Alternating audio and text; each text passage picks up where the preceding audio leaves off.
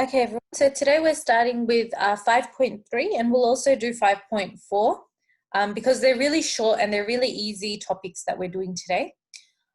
Before we start with the actual topic, I did put this on the school box yesterday, but I'm sure all of you know by now that next Monday you've got your Chapter 4 Nutrition SAC. It is going to be done online. You're going to be doing it during your online session, which we normally have in period 6.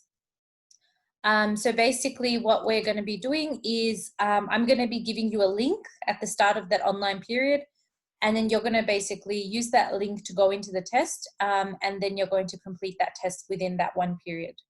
Okay, so the test is going to be quite easy. It's going to have 15 multiple choice questions. I know I never give multiple choice in health SACs, but just this time I thought, you know what, it's okay. We'll give you some multiple choice as well.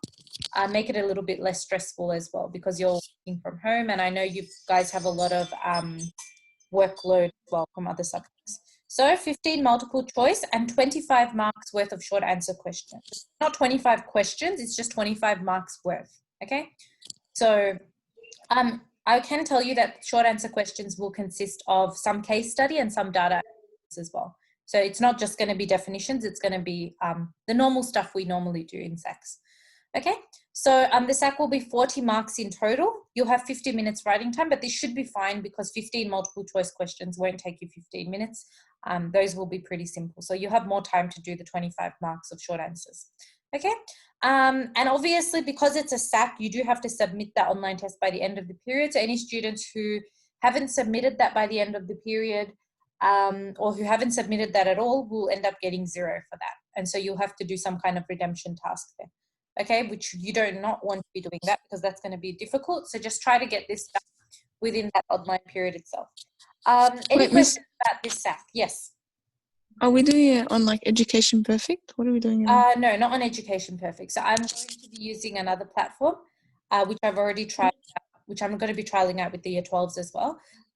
So we'll be doing it through that platform. That's accessible to anyone. You don't need an account for that. Okay. All right. Okay. So it's going to be, yeah, so that's basically what we're going to be doing. Now, any questions about this SAC or what you need to, how you need to prepare or anything like that? Or everyone's all good? Miss, how many spreads is it? It's the whole of Chapter 4. So from start of Chapter 4 to 4.9. Yeah, 9. Yeah. Just really focus on the nutrition side of things like the nutrients, what are the nutrient imbalances and all that kind of stuff. Again, the last few topics, I don't know if you remember, they were pretty easy, like common sense. Like, you know, when a celebrity endorses Pepsi, people are more likely to buy Pepsi. Like, that's common sense.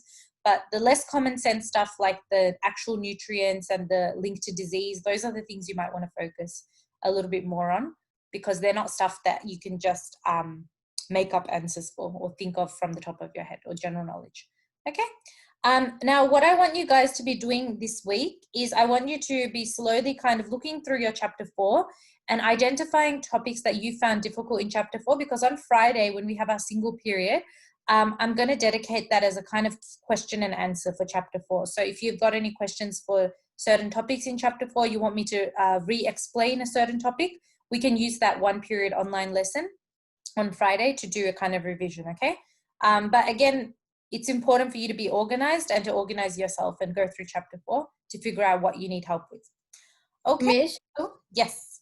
You know, for the SAC, do we have to show our faces? No. No. You don't need to show your faces. You just do the quiz, like do the SAC online, and yeah, that's fine. Okay, sweet. Thank you. Yeah, okay, no worries. Okay, so what we're going to do then is we are going to basically start with 5.3. So 5.3 is looking at basically the kind of different roles of government and non-government organizations in kind of helping to improve youth health and well-being. And so the main ways in which youth health and well-being are improved through the government is through them creating programs, okay? So everything we're going through in 5.3 is basically related to programs. Now, you don't need to memorize every single program we go through, but maybe just try to memorize one example of a federal government program, one example of a state government program, and one example of a local council-based program. Okay, but you don't need to memorize everything that's in the book or everything that's on this PowerPoint.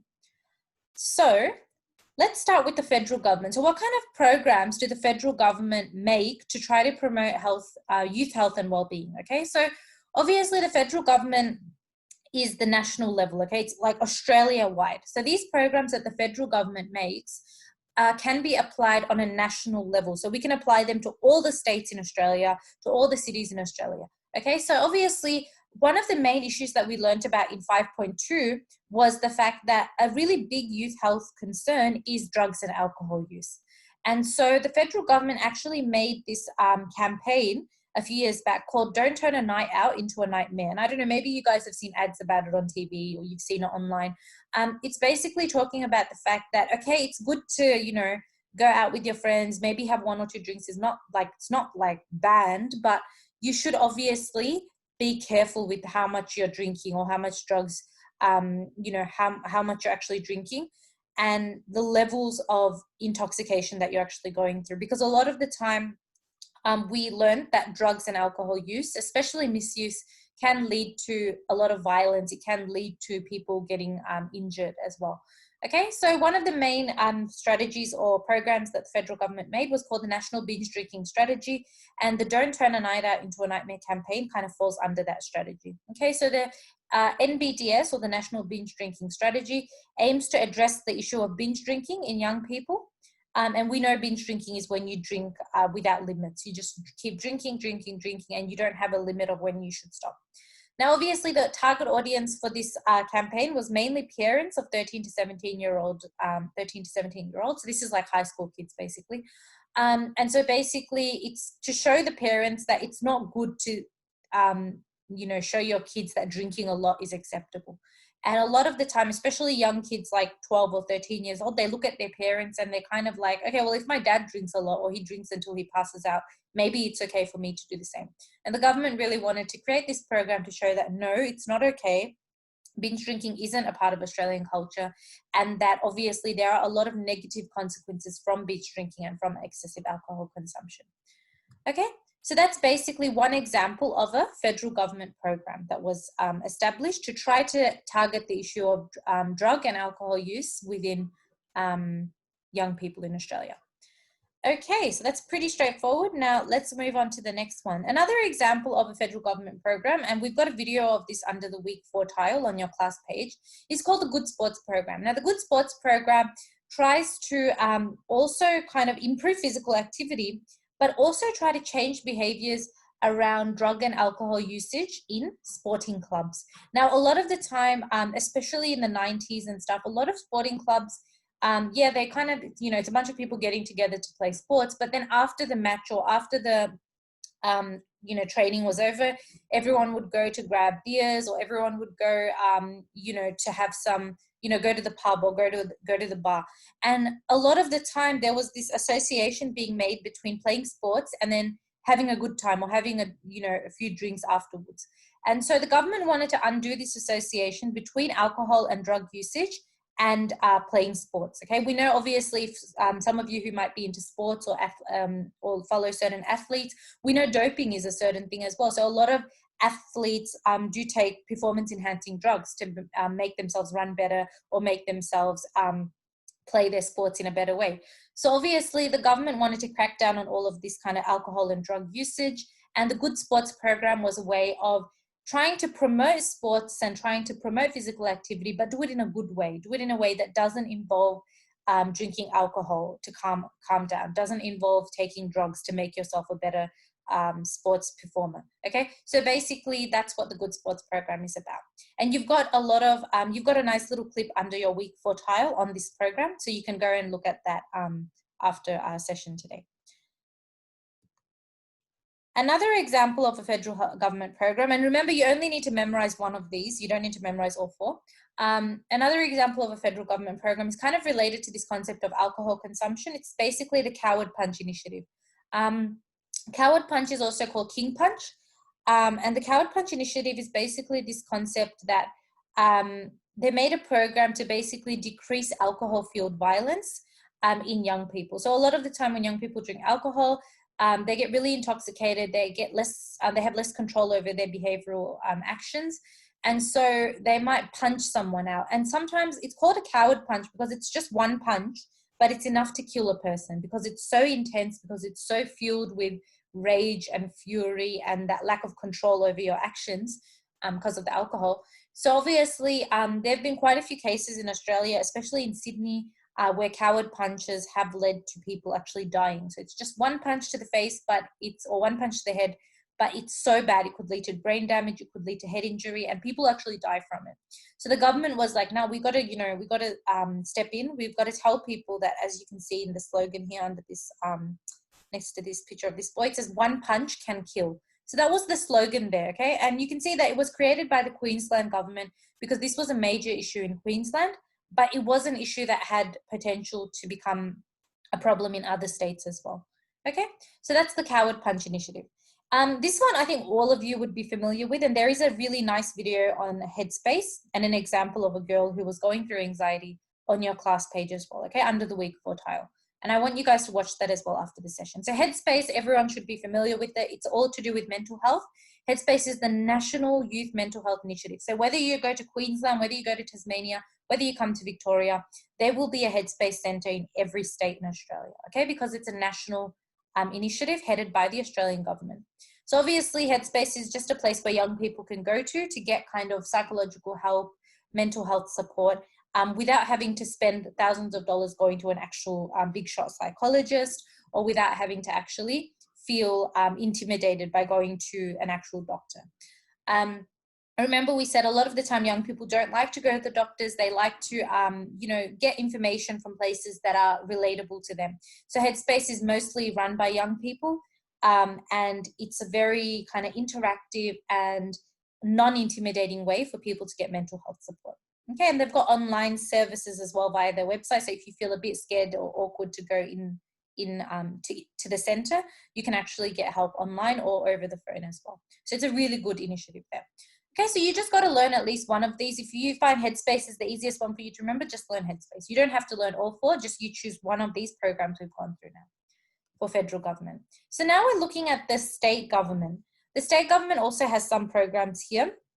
So the first one is the Safer P Plater. So remember last time we were talking about how like people on red peas, or, a lot of the time people who are on red peas are like teenagers or young people. So the government wanted to create a program called Safer P Platers. Safer P Platers is a program that was developed in conjunction with the Victorian government and TAC, so the Transport Accident Commission.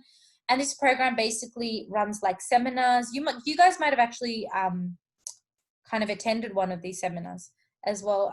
And it's basically trying to teach parents about the risks that young people face, trying to tell young people that these are the statistics of how many young people die on our roads. These are the risk factors. Don't drink and drive. Don't give in to peer pressure. Don't give in to hoon driving. Just teaching young people these common sense skills that a lot of young people kind of might think of as being stupid or might ignore. Okay, remember we said young people often think they're invincible. They think they can't die because they're still young.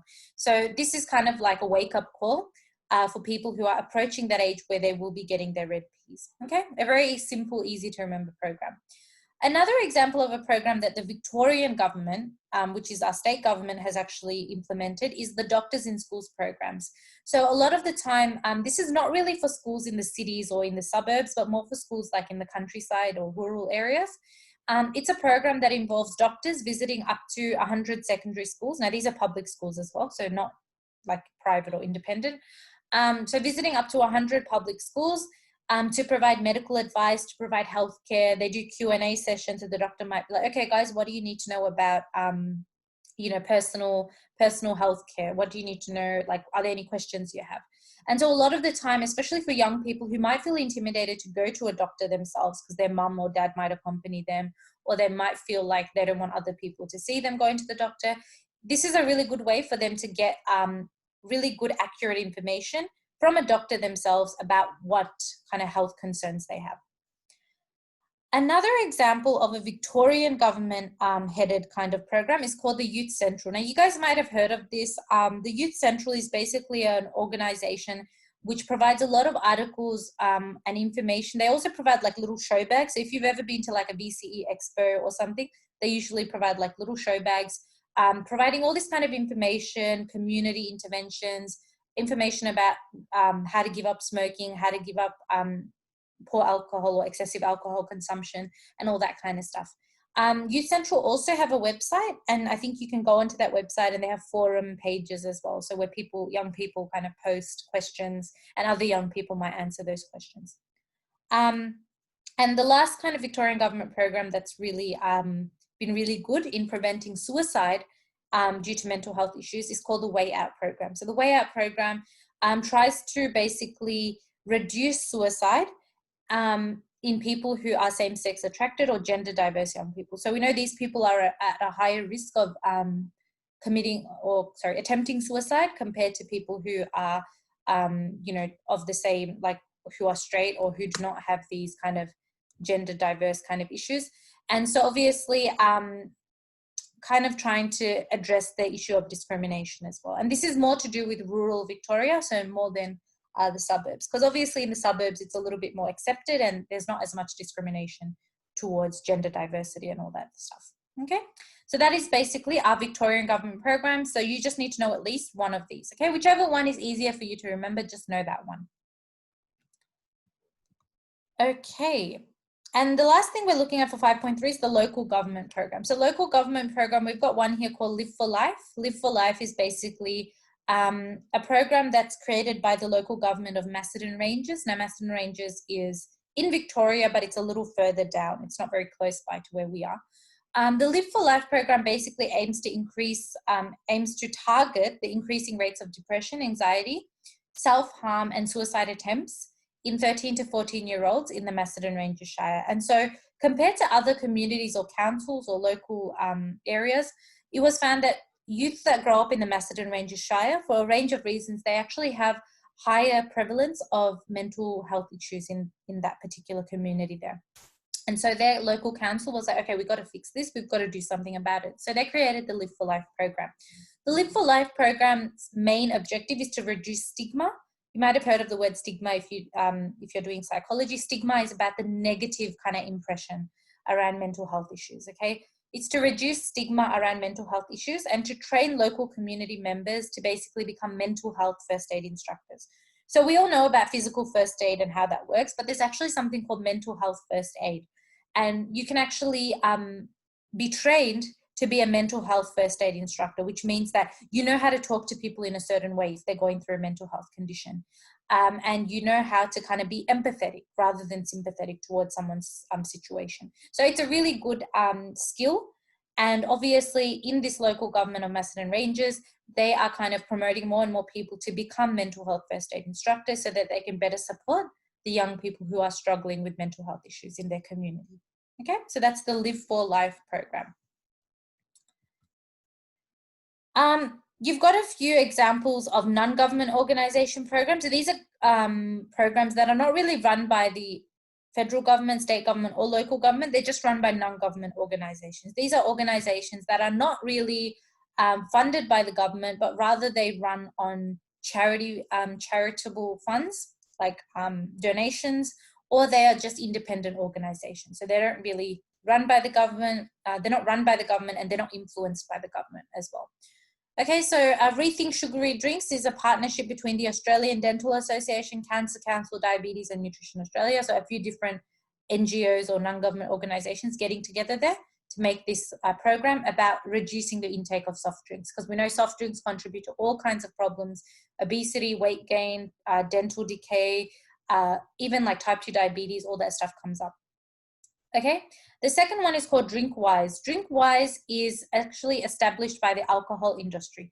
And DrinkWise actually aims to promote healthier and safer drinking culture, kind of reducing the impact of binge drinking, showing people that if you keep drinking alcohol, you're going to get a really bad physical image, showing kind of like beer belly, showing kind of the issue effects on your skin and all that kind of stuff. So it's kind of like showing young people firsthand what kind of effects will actually happen to them if they continue to drink alcohol in such a irresponsible way.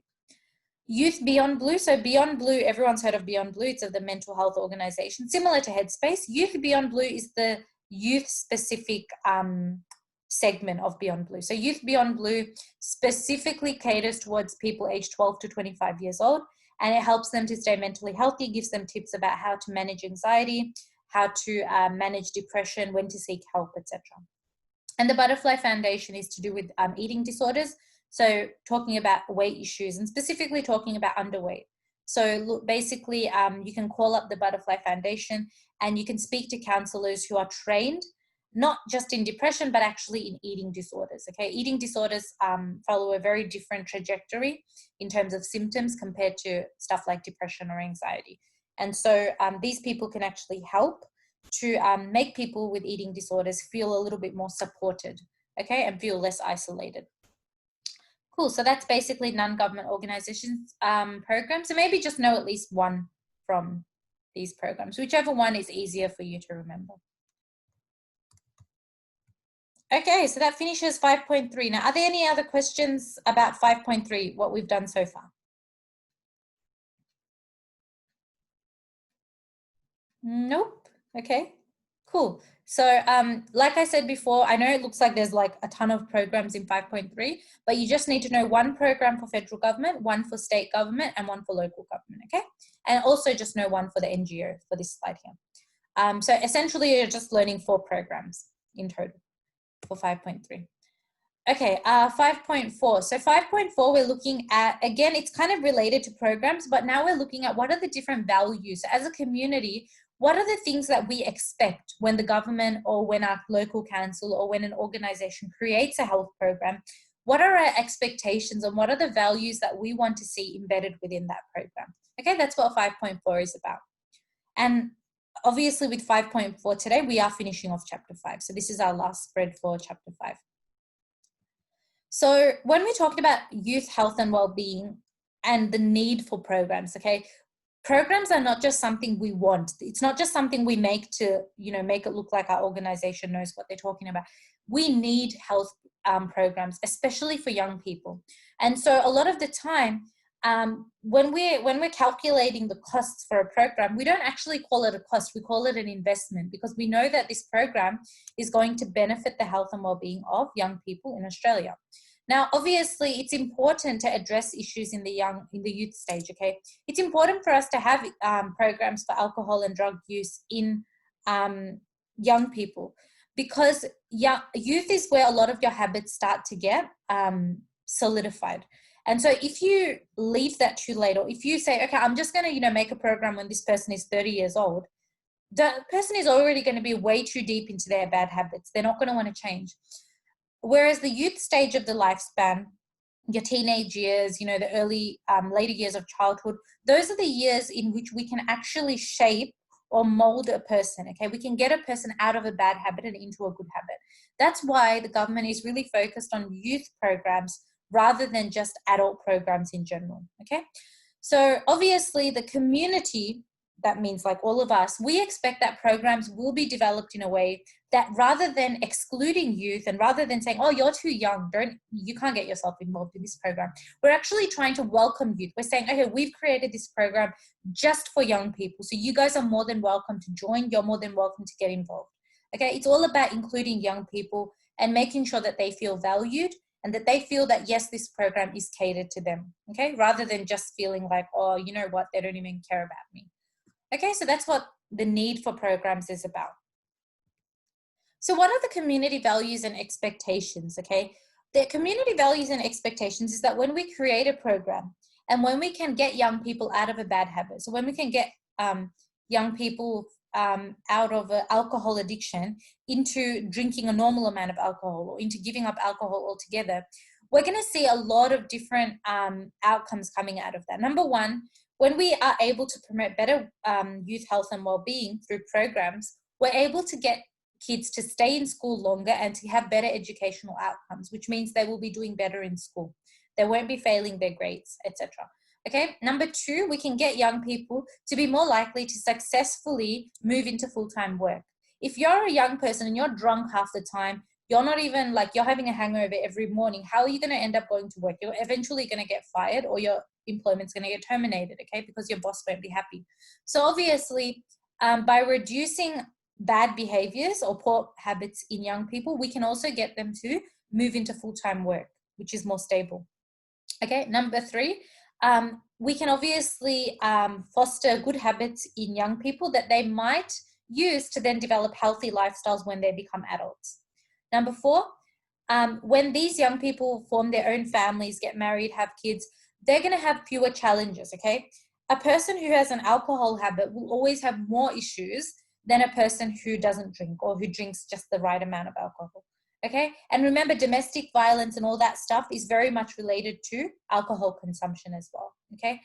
And lastly, young people who are actually more focused on their health and well-being and who have the opportunity to have good health and well-being are more likely to be actively engaged in their community, trying to do good for the community.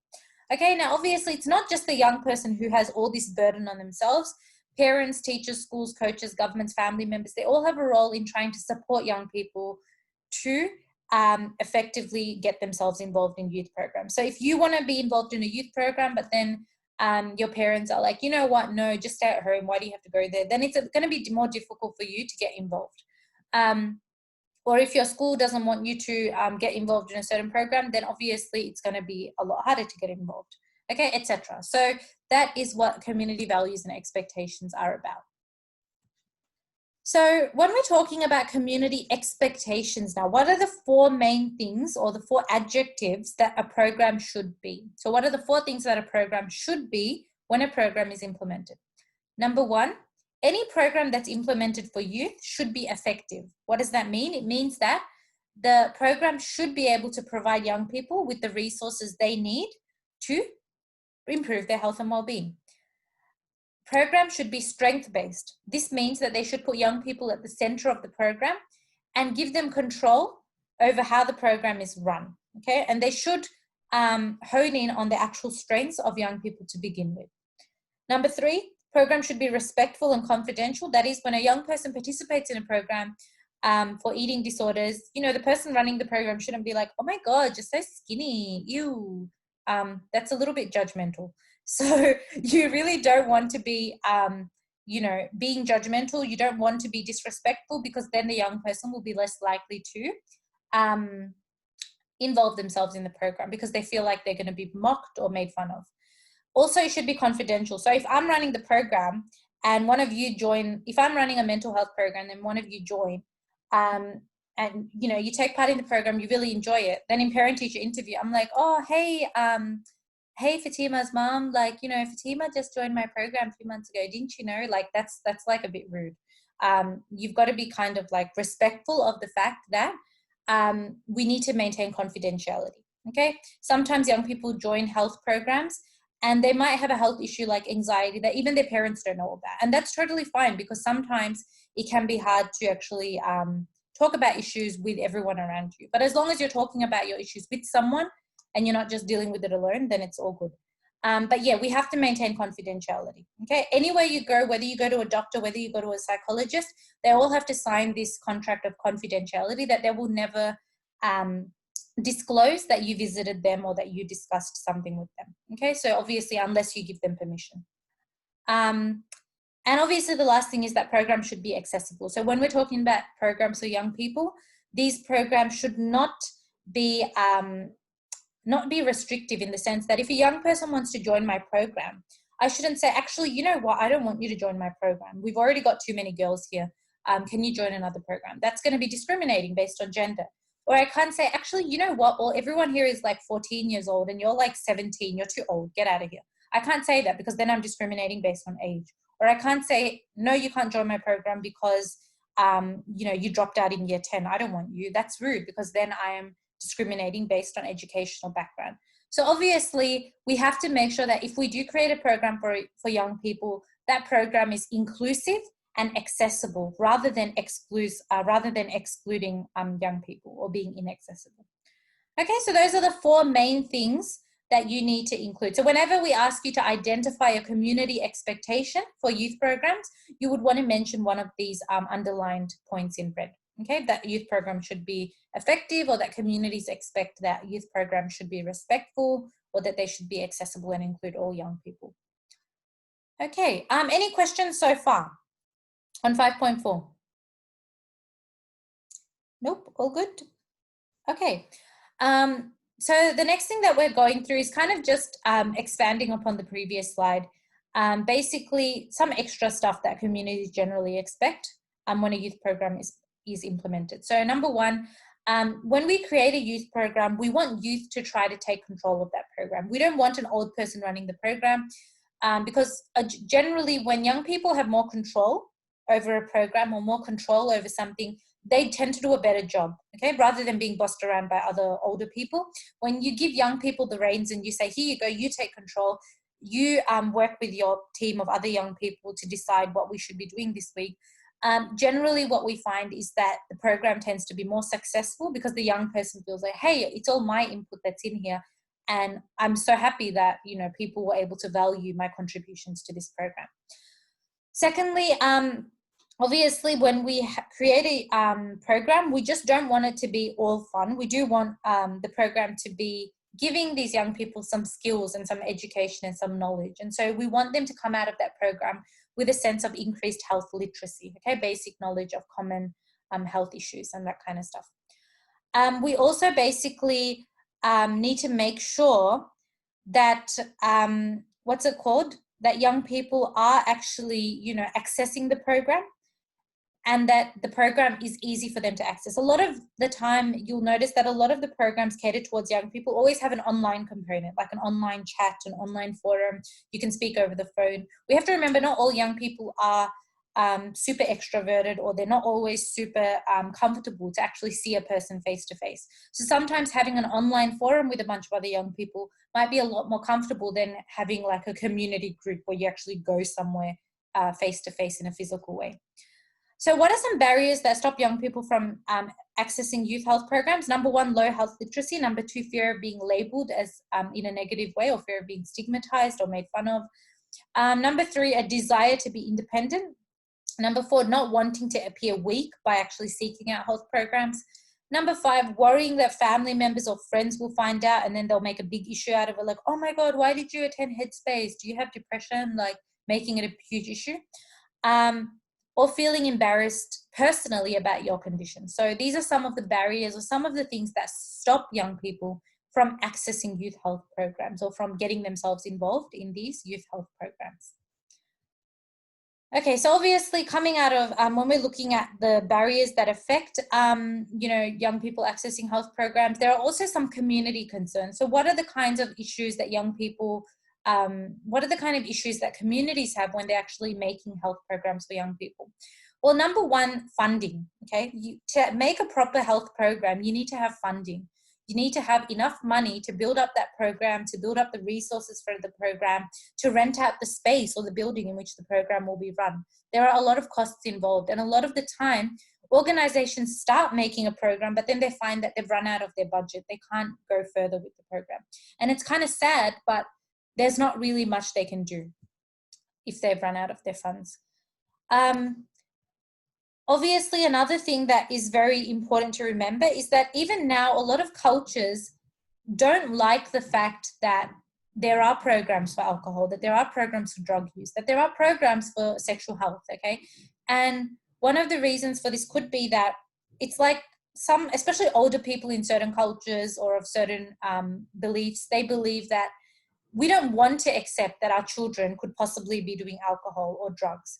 Okay, we don't want to accept that. So they're kind of like in denial. They want to deny the issue, but then denying the issue is not going to prevent a young person dying from alcohol poisoning, you know? So we've got to accept that it is an issue, and that's why we've got to promote these health programs to be made. Now, harm minimization is preventing harm for young people, specifically from alcohol or drugs. And the first step of this, like I said before, is accepting that drugs and alcohol is an issue for young people, okay? Not denying it, not saying that, oh, you know what, she's young, she would never do drugs, or he would never do alcohol. We've got to acknowledge that, yes, this is a possibility to begin with first. And the three aspects that we might look into when we create a program is, number one, in that program, we want to try to reduce the supply of drugs. We want to reduce the demand for drugs. So this might mean working with the police to, you know, conduct drug busts, to look for where is the heroin, where is the cocaine getting kind of supplied from, where is the ice getting supplied from, and kind of trying to arrest those suppliers or find where those supplies are coming from and basically exterminate or eliminate them. And the second thing, which is more to do with the actual program itself, is to reduce harm from drugs, teaching kids or teaching those young people, you know, about the dangers of how easy it is to overdose, of how easy it is to, you know, throw your whole life down the drain just by taking an extra pill or two. Okay, so that's basically what the three kind of aspects of any kind of alcohol or drug program are about. Now, examples of harm minimization strategies, not just for drugs and alcohol, but also for other things. So we've talked about sugar taxes and soft drinks in the previous lessons. Usually in music festivals or clubs now, they're starting to do pill testing because they find a lot of the drugs nowadays are kind of like the mixtures are not actually pure. And so the more likely, sorry, the more impure a pill is or a drug is, the more likely it is to cause someone to die or overdose. Okay. Safe injecting rooms. So we do have one in Victoria, which is, it had a lot of controversy, but it's just trying to get people to, even if a person overdoses while injecting, they've passed out in a room where ambulance can come to them straight away or where doctors can come to them straight away, rather than passing out in some public toilet and just dying right there where no one can see them. Okay, all this kind of stuff is just harm minimization strategies. Yes, they are controversial. Yes, not everyone agrees with them, but they're the government's way or the community's way of trying to protect people from dying from things like alcohol and drugs. Okay, especially because it is so preventable in terms of actually preventing those deaths is very easy to do, okay, just by teaching people of these basic ideas of harm minimization. Okay, so that brings us to the end of today's lesson. Okay, so the due work for this week, I just pasted it here on this slide, so if you want to take a photo of that or whatever, you can. However, this is all mentioned in our week 4 slide as well. So if you go to your class page, week 4 tasks, you click onto that, all this information is there. So what I want you guys to do now for the rest of the lesson and for your offline session as well is watch these 2 videos that I'm just pointing to here. So Headspace and Anxiety, the one with Ian Thorpe explaining the Reach Out program, and the Good Sports program. Okay, there's 3 clips there. They're really short but really good. Especially the Headspace one was really nice. So just watch all 3 of those. You'll get a better idea of the programs that we've discussed today. Also, I want you to complete 5.3 questions and 5.4 questions. You've got 5.3 and 5.4 questions here. And the checklist is also on the week 4 tasks tile. And I want you to also do 5.5 exam preparation questions, which is the case study on the Koori Youth Council. Okay, so that's just questions 1 to 4 from the 5.5. So basically just doing 5.3, 5.4, and 5.5 activities. Now, if you can get this done by today and just submit it through, that will be awesome, because that gives you the rest of the week then to just study for Chapter 4 SAC next week. So I just really wanted to get this out of the way today, not drag this out, because I want you to have some time this week to focus on Chapter 4. Okay, so if everyone is all good with what we've done so far, I'm just going to stop the recording here.